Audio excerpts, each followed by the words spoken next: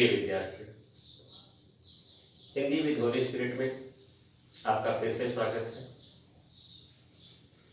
इससे पहले की कक्षा में हमने देखा था भाषा के बारे में।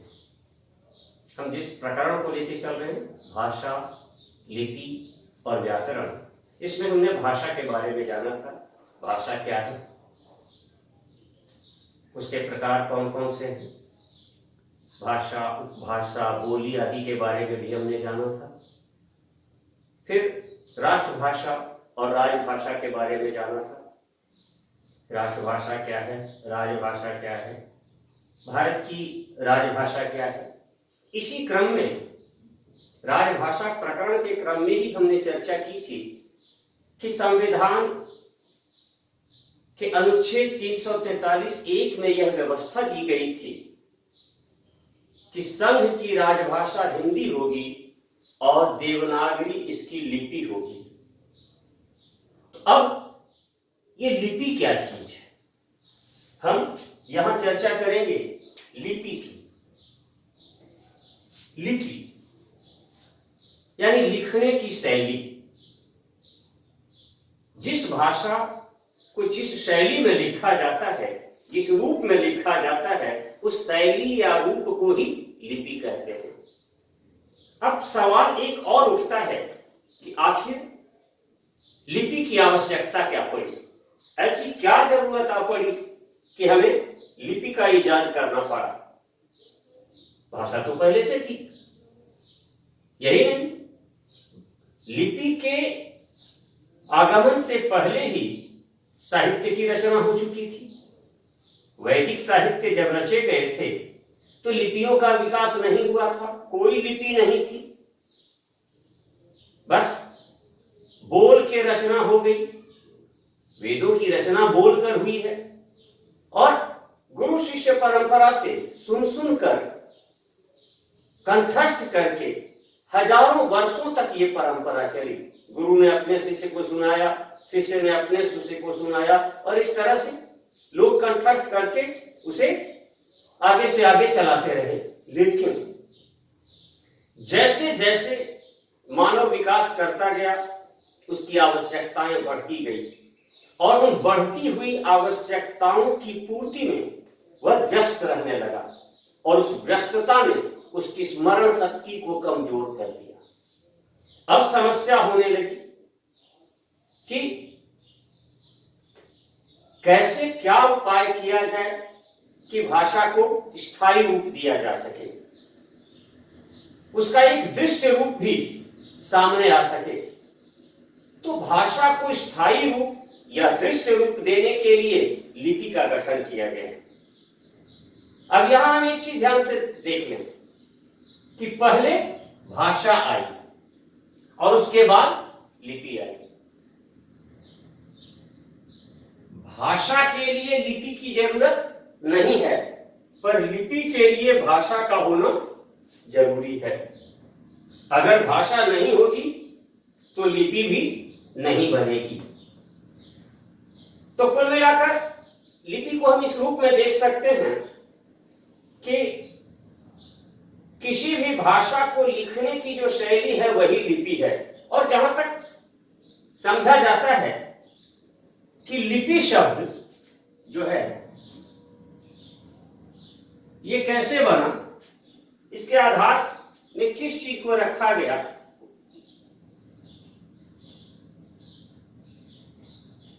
लिपि शब्द की उत्पत्ति का मुख्य आधार लीपना या पोतना।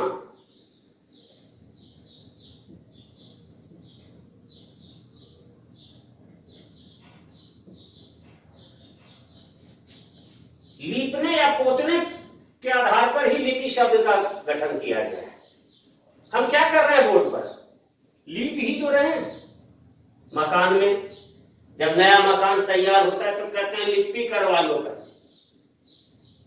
वही लिपि का काम यहां हो रहा है। हाँ, उसी को एक सुगठित आकार में लीपना है, तो यही लिपि है मोटा मोटी अगर देखें तो। लेकिन इस रूप में परिभाषा नहीं दी जा सकती। अगर लिपि की परिभाषा हम देखें तो इसकी एक समृद्ध परिभाषा इस प्रकार दे सकते हैं कि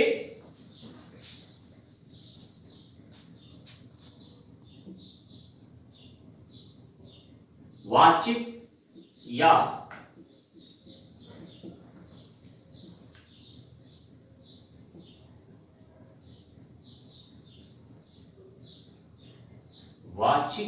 लिखित भाषा को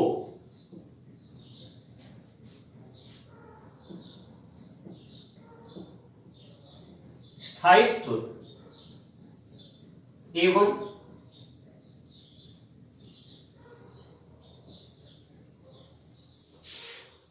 दृश्य रूप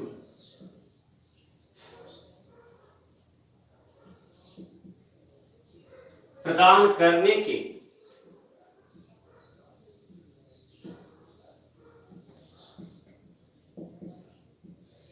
उद्देश्य से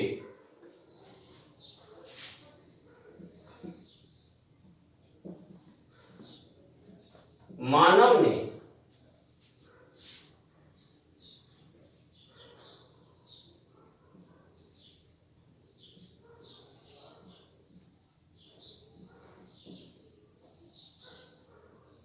ध्वनि प्रतीकों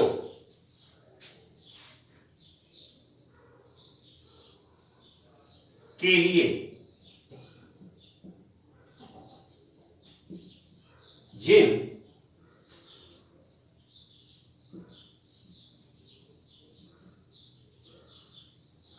यादृच्छिक एवं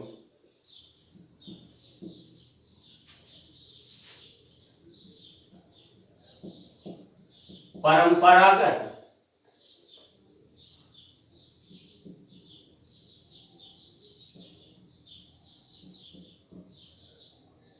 वर्ण प्रतीकों की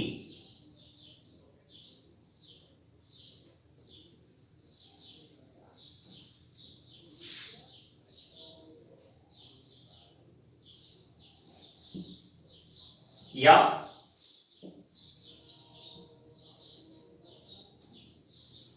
वर्ण प्रतीकों या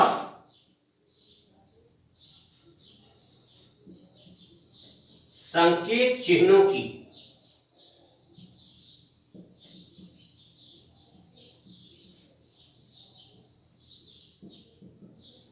व्यवस्था की वही लिपि है। तो लिपि की हम एक समृद्ध परिभाषा के रूप में इसे देख सकते हैं। भाषा पहले क्या थी? वाचिक।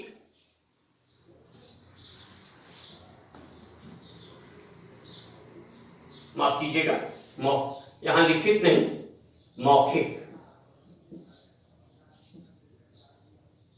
भाषा कैसी थी?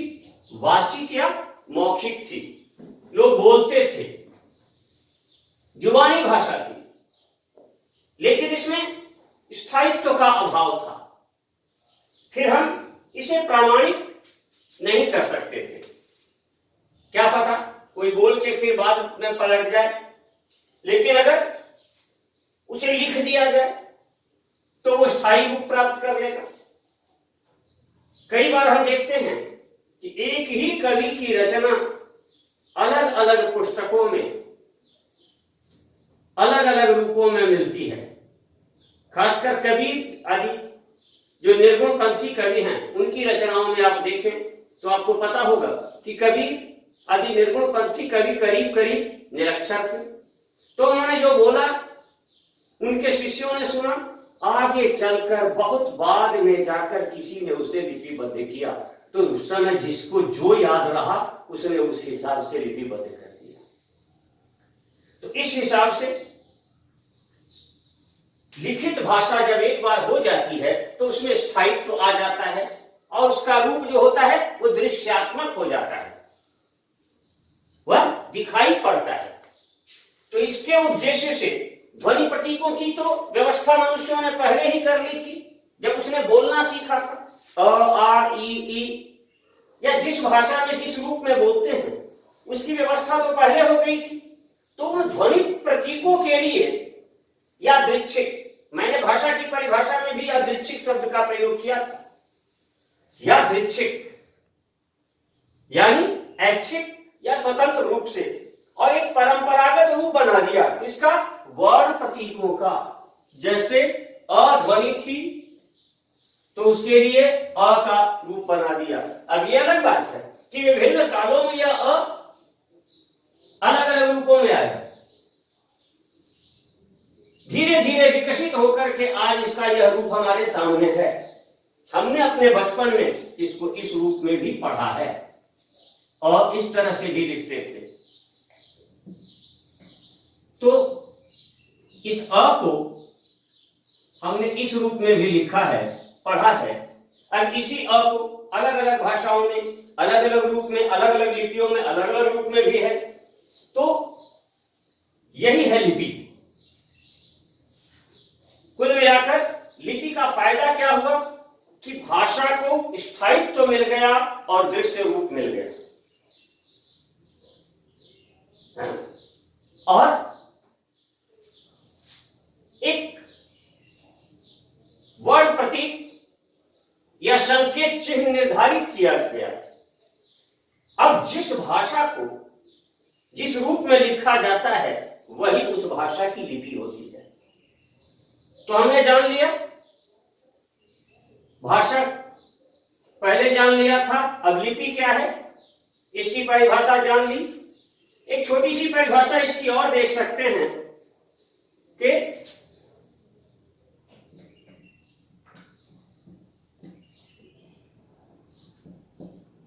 भाषा को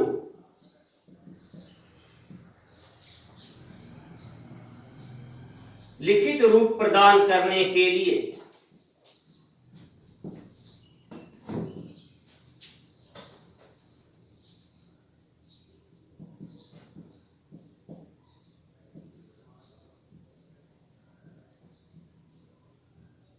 निर्धारित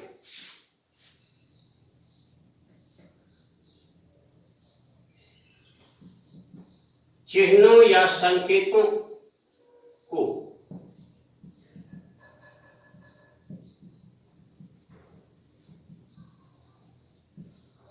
लिपि कहते हैं।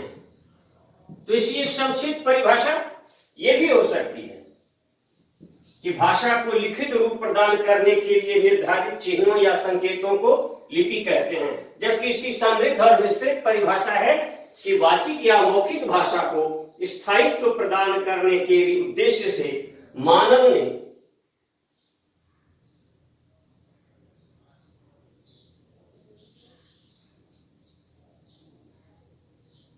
ध्वनि प्रतीकों के लिए जिन यादृच्छिक एवं परंपरागत वर्ण प्रतीकों या संकेत चिन्हों की व्यवस्था की वही लिपि है।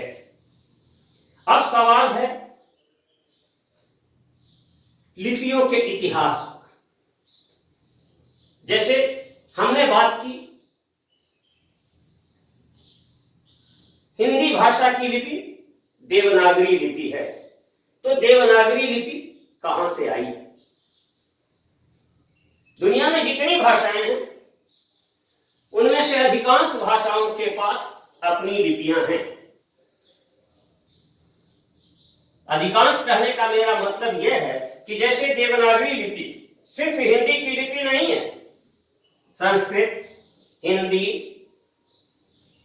मैथिली, मराठी, नेपाली और वर्तमान में संथाली भी बहुत कुछ देवनागरी लिपि में ही लिखी जाती है। एक रोमन लिपि में कई भाषाएं हैं। भारत में ही अंग्रेजी, कश्मीरी, अंग्रेजी और कोंकणी रोमन लिपि में लिखी जाती है। उर्दू, कश्मीरी और डोगरी फारसी लिपि में लिखी जाती है। तो इस तरह से अधिकांश भाषाओं के पास अपनी लिपियां हैं। अब भारत में लिपियों के इतिहास के बारे में जब हम चर्चा करें तो हमें लिपियों से संबंधित सबसे पुराना प्रमाण जो मिलता है वह है सिंधु घाटी सभ्यता।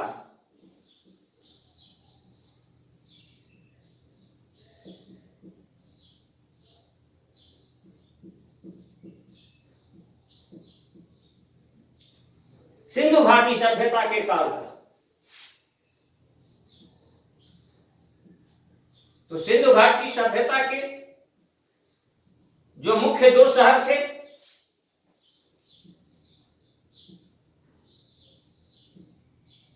मोहनजोदड़ो और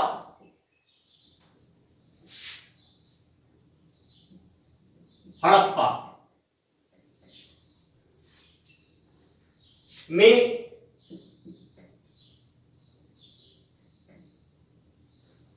प्राप्त लिपि चिन्ह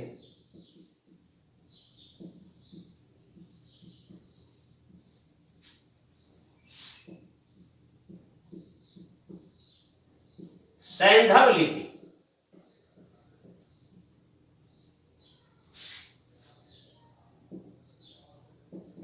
के नाम से जाने जाते हैं।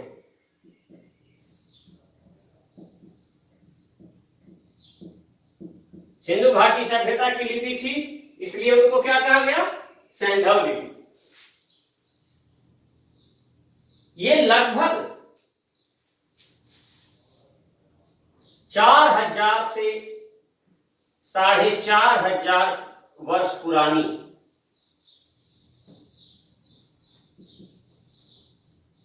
लिपि रही होगी। 4000 से 4500 वर्ष पुरानी लिपि ये रही होगी। लेकिन हम बात करें भारतीय ये आर्य भाषाओं के आगमन से पहले की बात कही जा सकती है। अब बात करें भारतीय आर्य भाषाओं की लिपियों की या उसके काल की लिपियों की, तो वैसे तो कई लिपियों की चर्चा की गई है। जैन धर्म में एक ग्रंथ है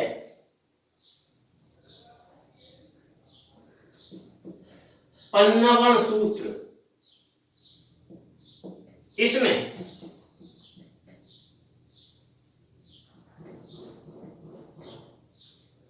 18 लिपियां स्वीकार की गई हैं। इसके अनुसार 18 लिपियां हैं। वहीं बौद्ध धर्म में भी संस्कृत में रचित एक ग्रंथ है ललित विस्तार। उसमें 68 लिपियों की चर्चा है। ललित विस्तार के अनुसार 68 लिपियां थी। लेकिन डॉक्टर भोलानाथ तिवारी ने जब इस पर अध्ययन किया तो उन्होंने माना कि इनमें से करीब करीब लिपियां या तो कुछ समय के लिए रही होंगी और लुप्त हो गई होंगी या फिर काल्पनिक रही होंगी। उन्होंने प्राचीन 2 ही लिपियां स्वीकार की हैं।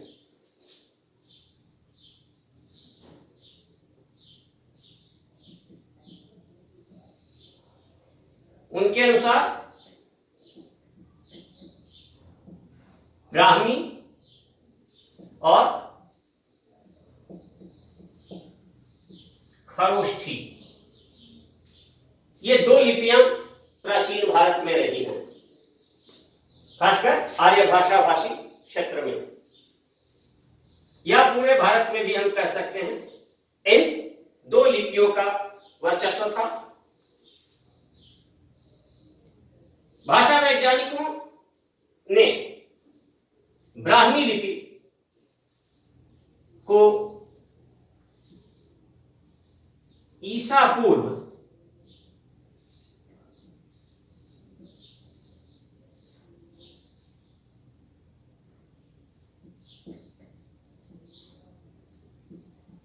3री-4थी शताब्दी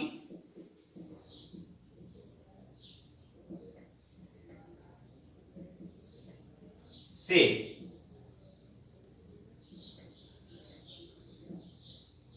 500 ईस्वी तक स्वीकार किया है, जबकि खरोष्ठी लिपि को ईसा पूर्व 300 वर्ष से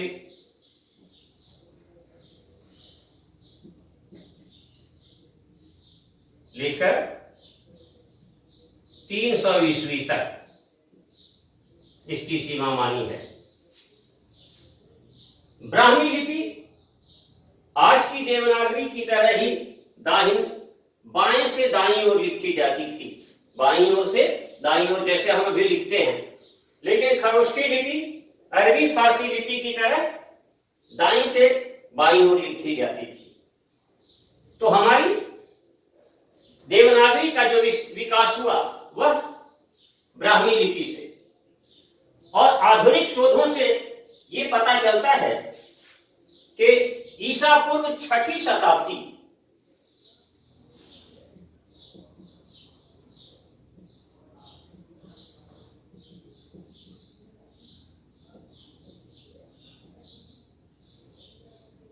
में भी इसके शिलालेख मिले हैं। उस समय के शिलालेखों में भी इस लिपि के दर्शन हुए हैं। मतलब साफ है कि उससे पहले से ये लिपि प्रचलित थी, तभी तो शिलालेखों में आई है। और रामायण की रचना भाषा वैज्ञानिकों की दृष्टि में लगभग 800 वर्ष वाल्मीकि रामायण की रचना लगभग 800 वर्ष ईसा पूर्व की मानी जाती है, जो कि लौकिक संस्कृत में रची गई थी। उसकी लिपि भी ब्राह्मी लिपि है। तो इस आधार पर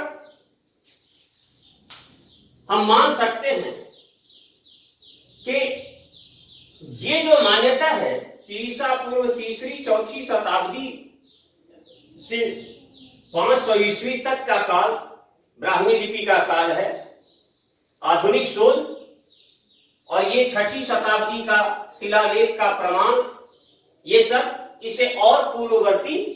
अब आगे चलकर 5वीं शताब्दी तक तो इस रूप में चली, आगे चलकर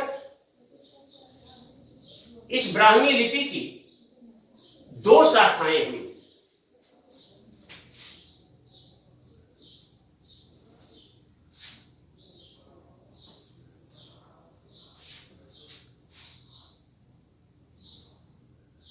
उत्तरी और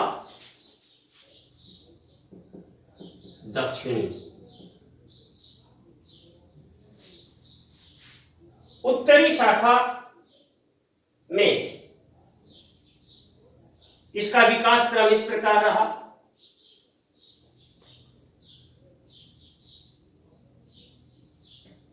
इसके जो कुछ लिपियां मिली हैं वो इस तरह से मिली हैं। गुप्त लिपि,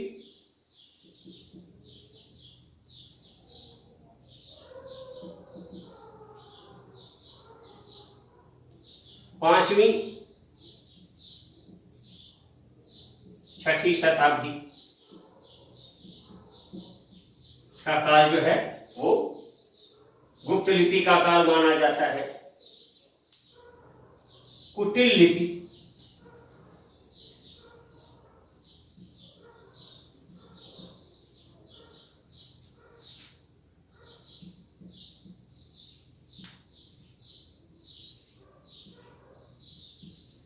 सातवीं शताब्दी,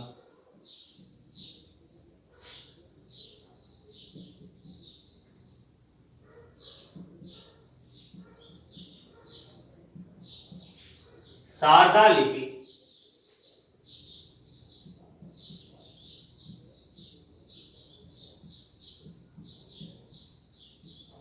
आठवीं शताब्दी और नागरी लिपि,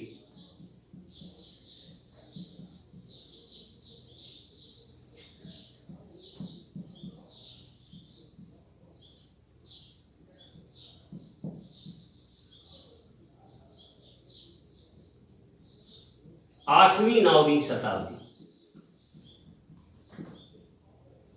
तो इस तरह से ब्राह्मी लिपि की जो उत्तरी शाखा थी, इस उत्तरी शाखा का विकास क्रम इस प्रकार रहा। गुप्त लिपि संभवतः गुप्त शासकों के काल की लिपि रही होगी। इसके बाद कुटीर लिपि चली 7वीं शताब्दी में, शारदा लिपि 8वीं शताब्दी में और नागरी लिपि 8वीं 9वीं शताब्दी में चली। और दक्षिणी शाखा से तमिल, तेलुगु,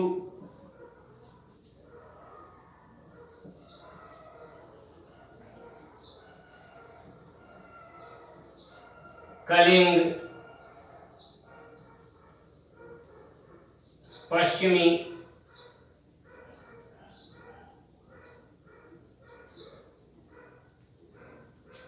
ये सारे रूप विकसित हुए। दक्षिण भारत की भाषाओं में ये रूप दिखाई पड़ते हैं। अब हम इनकी चर्चा करें। नागरी लिपि, ये नागरी लिपि ही विकसित होकर के आज देवनागरी लिपि के रूप में है। नागरी अर्थात नागर लोगों,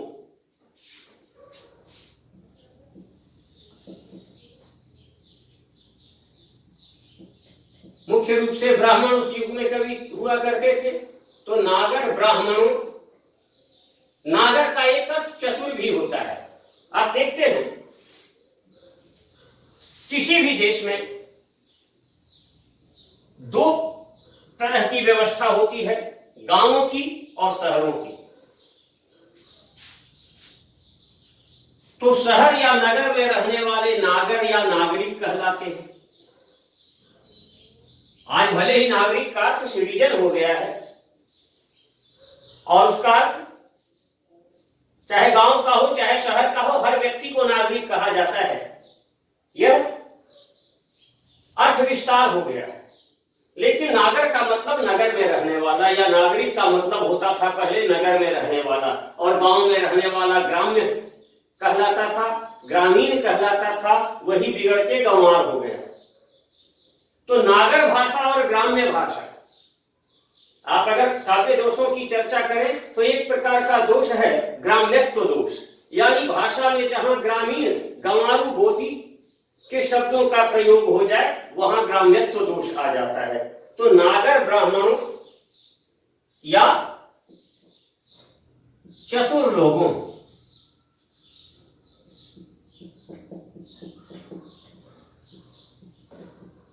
द्वारा प्रयुक्त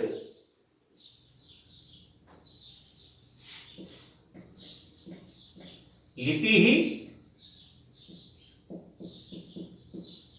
नागरी कहलाई।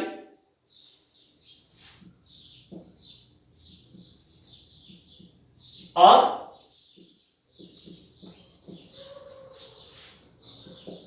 बाद में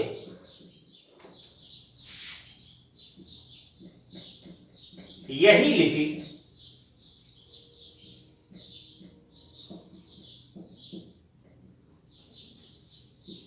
विकसित होकर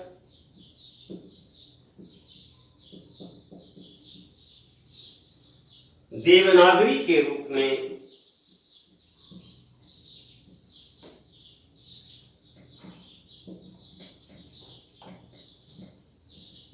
प्रतिष्ठित हो गई। देवनागरी यानी जब भाषा में उत्कृष्टता आ गई, जैसे मानव जब उत्कृष्ट गुणों से युक्त हो जाता है तो उसे हम क्या कहते हैं, वो देवता है। तो वैसे ही जब ये लिपि या भाषा उत्कृष्ट हो गई तो उत्कृष्ट भाषा, जैसे संस्कृत का मतलब ही है संस्कारिक भाषा, तो संस्कारिक भाषा में और जब संस्कार होता चला गया, जैसे जैसे विकास की ओर भाषा अग्रसर हुई वैसे वैसे उसकी लिपि का भी विकास हुआ और लिपि ने एक उत्कृष्ट रूप धारण कर लिया।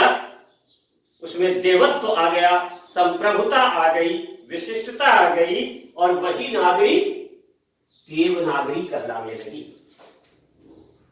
तो कुल मिलाकर के हम देखते हैं कि हमारी हिंदी की जो वर्तमान लिपि है वह है देवनागरी लिपि। अब हम चर्चा करें कि इस देवनागरी लिपि की विशेषताएं क्या है, आखिर क्यों राजभाषा के रूप में हिंदी को रखते हुए इस लिपि को रखा गया, जबकि अंग्रेजी शासन काल में बहुत सारी भाषाएं रोमन लिपि में लिखी जाती थी। जैसे संथाली भाषा अंग्रेजी शासन काल में रोमन लिपि में लिखी जाती थी, जबकि उसकी मूल ओलचुक लिपि थी उसकी। तो अब यहां हम देवनागरी लिपि की कुछ खास विशेषताएं देखें।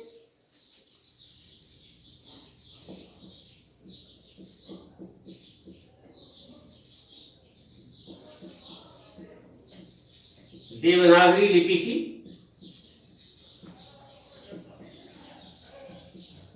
विशेषताएं, क्या विशेषताएं हैं इसकी, जो कि इसको विश्व की सबसे समृद्ध लिपि का रूप देती है।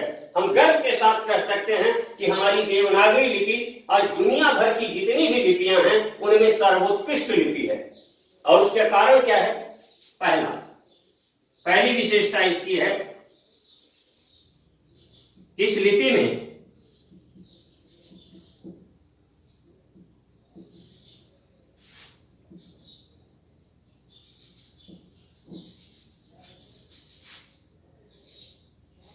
स्वरों एवं व्यंजनों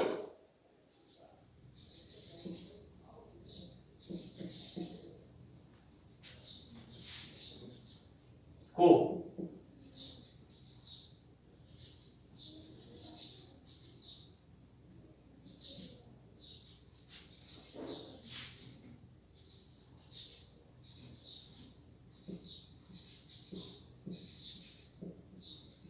पृथक पृथक रूप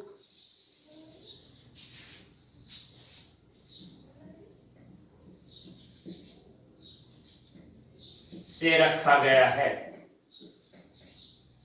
जैसे आज हम विश्व की एक समृद्ध भाषा है अंग्रेजी, जो बहुत सर्वाधिक बोली जाने वाली भाषा है, उसकी बात करें तो उसमें वॉवेल और कॉन्सोनेंट मिक्स हैं। नौसिखिए लोगों के लिए समस्या हो जाती है कि किसे वॉवेल मानेंगे, किसे कॉन्सोनेंट मानेंगे। लेकिन हमारे यहाँ सारे के सारे स्वर अ से लेकर के अ तक सब एक तरफ है। क से ह तक मूल व्यंजन, क्ष, त्र, ज्ञ, स्र, ये सब संयुक्त व्यंजन एक तरफ है। तो यहाँ पृथक पृथक रूप से रखा गया है। दूसरी विशेषता इसकी है,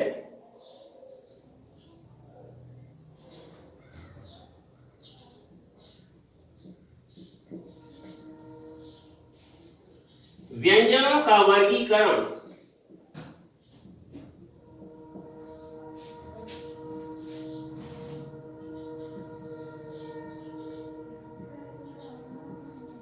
उच्चारण स्थल के आधार पर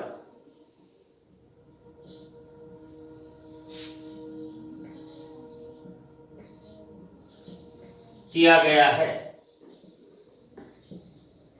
और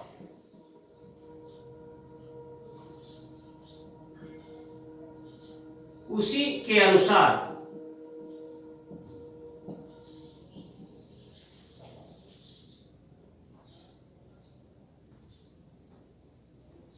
सजाया गया है।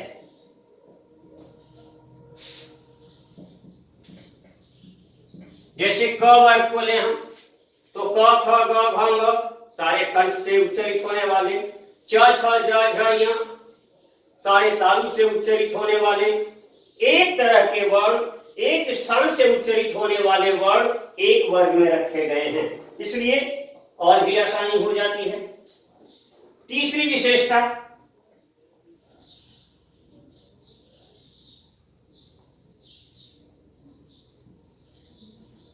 इस लिपि के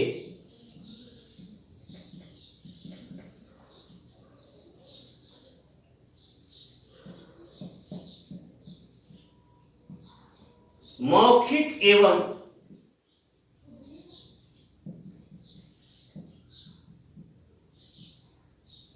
लिखित रूप में समानता है। समानता होने के कारण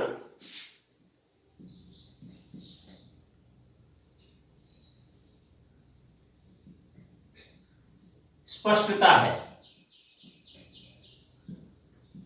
कोई समस्या नहीं है, कोई भ्रमपूर्ण स्थिति नहीं होती है। अगर हम बोलते क हैं तो लिखते भी क है, बोलते ह है तो लिखते भी ह है, जबकि अंग्रेजी में बोलते ह हैं और लिखते हैं तो उस अल्फाबेट का नाम H है। तो इसका फर्क है। आगे और विशेषताएं हैं इसकी। चौथी विशेषता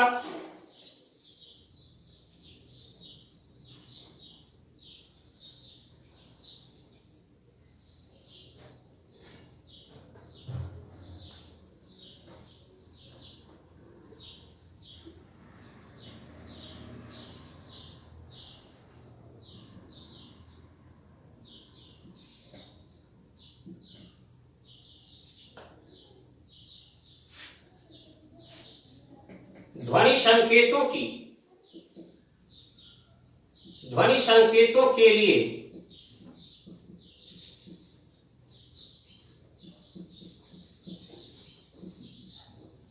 वर्ण प्रतीकों की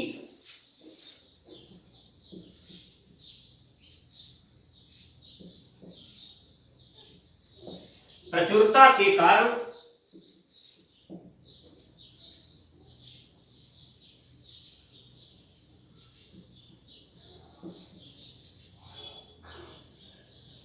प्रत्येक ध्वनि के लिए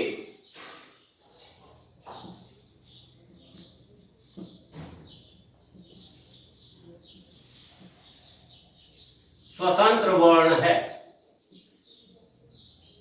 हमारे यहां अंग्रेजी की तरह यह समस्या नहीं है कि क है तो के, ख के लिए KH। हमारे यहां देवनागरी में क ख। इसका कारण क्या है कि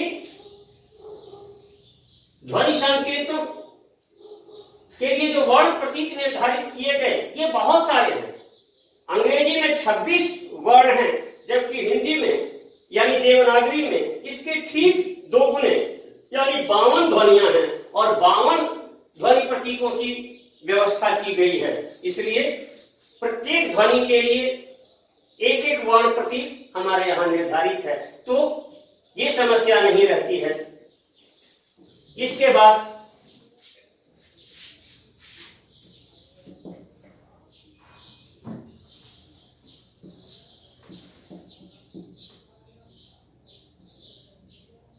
स्वरों के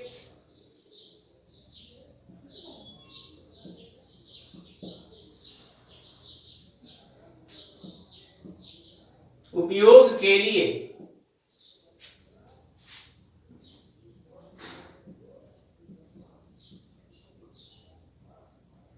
मात्राएं निर्धारित होने के कारण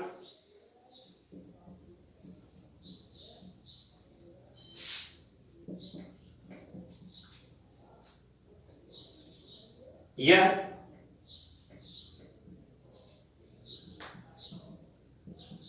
कम स्थान घेरती है।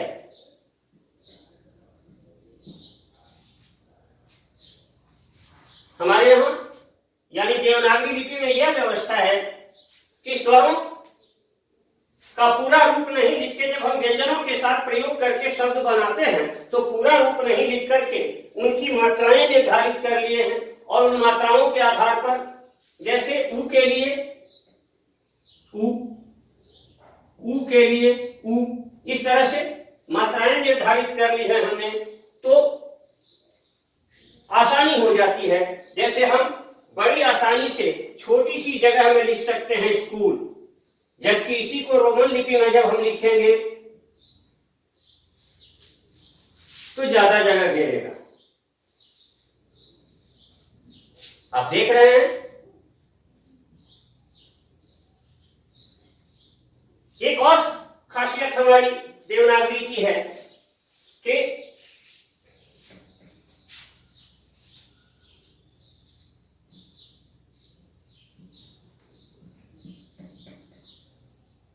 व्यंजनों के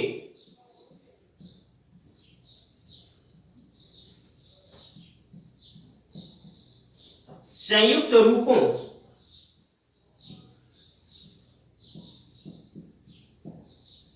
के प्रयोग के कारण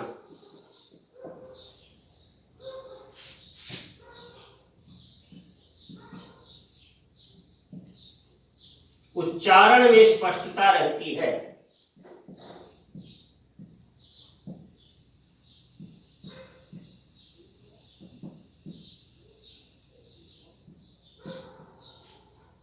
अब हम देखते हैं, हम संयुक्त रूप भी बना लेते हैं, जैसे स्कूल। अब इस स्कूल को हम देवनागरी में इस तरह से लिख लेते हैं। जाने दीजिए दूसरे देशों की लिपियों की बात, हमारे यहाँ ही कई लिपियां ऐसी हैं जिनमें संयुक्त अक्षरों का अभाव है। जैसे हम पंजाब की पंजाबी भाषा के लिए गुरुमुखी लिपि की बात करें तो वो स्कूल का उच्चारण भी नहीं कर सकते, वे उच्चारण करेंगे शकूल। स्टेशन नहीं बोल सकते, वो या तो टेशन बोलेंगे या स्टेशन बोलेंगे। तो ये समस्या है। जबकि हमारे यहाँ देवनागरी लिपि में काम करने वाले बड़ी आसानी से स्पष्ट उच्चारण के साथ किसी भी शब्द का उच्चारण कर सकते हैं। और जैसे अंग्रेजी आदि में, रोमन लिपि में एक ही टी त के लिए भी प्रयुक्त होता है और ट के लिए भी प्रयुक्त होता है। यहां ये समस्या नहीं है। त वर्ग अलग है तो त वर्ग अलग है। अब जैसे अंग्रेजों को त वर्ग को बोलने में कठिनाई होती है तो फ्रेंच लोगों को ट वर्ग बोलने में कठिनाई होती है, पर हिंदी भाषी यानी देवनागरी लिपि का उपयोग करने वाला जो व्यक्ति होगा वो ट भी आसानी से बोल लेगा और त भी आसानी से बोल लेगा। तो उसके उच्चारण में स्पष्टता रहती है। अगली विशेषता देखें हम इसकी,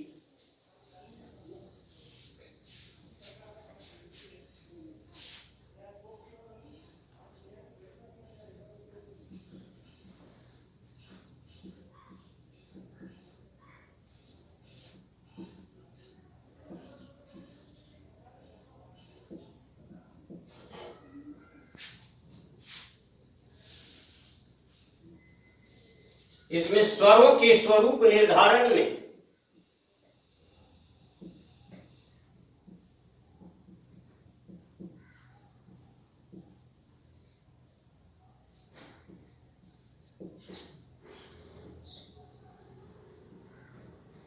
कोई दुविधा या भ्रम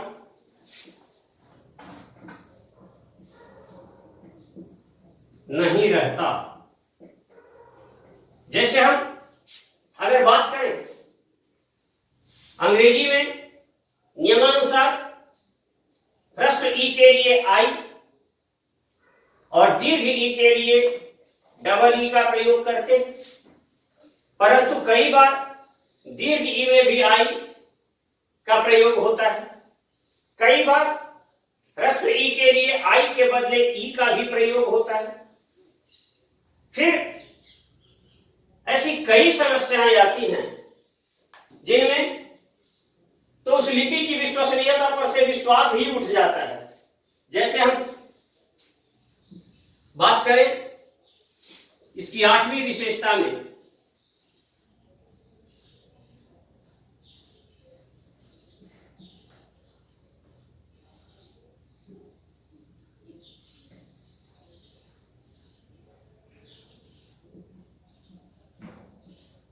यह लिपि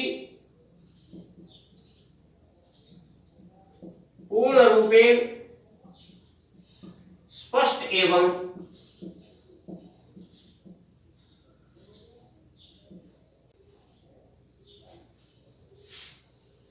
विश्वसनीय है। जैसे हम बात करें कि हम हिंदी में जो बोलते हैं, जिस एक बार जो लिपि निर्धारित हो गई कि ह्रस्व के लिए ये लिपि होगी, दीर्घ के लिए ये लिपि होगी, वही चलती है। लेकिन अंग्रेजी में जब हम बात करते, या एक ही नियम हर जगह देवनागरी में लागू होता है, पर अंग्रेजी की बात जब हम करें तो BUT but, CUT cut, HUT हट, NUT नट, तो फिर PUT पट क्यों नहीं, PUT पुट क्यों हो जाता है? तो ये उलझन हमारे देवनागरी में नहीं है। इसकी 9वीं विशेषता की बात हम करें तो यह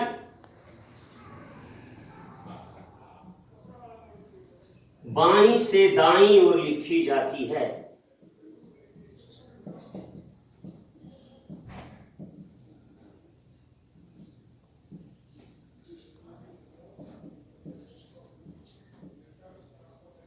और 10वीं विशेषता यह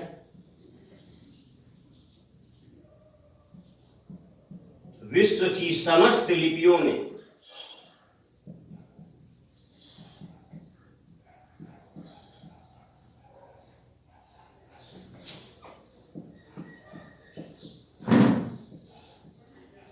सर्वाधिक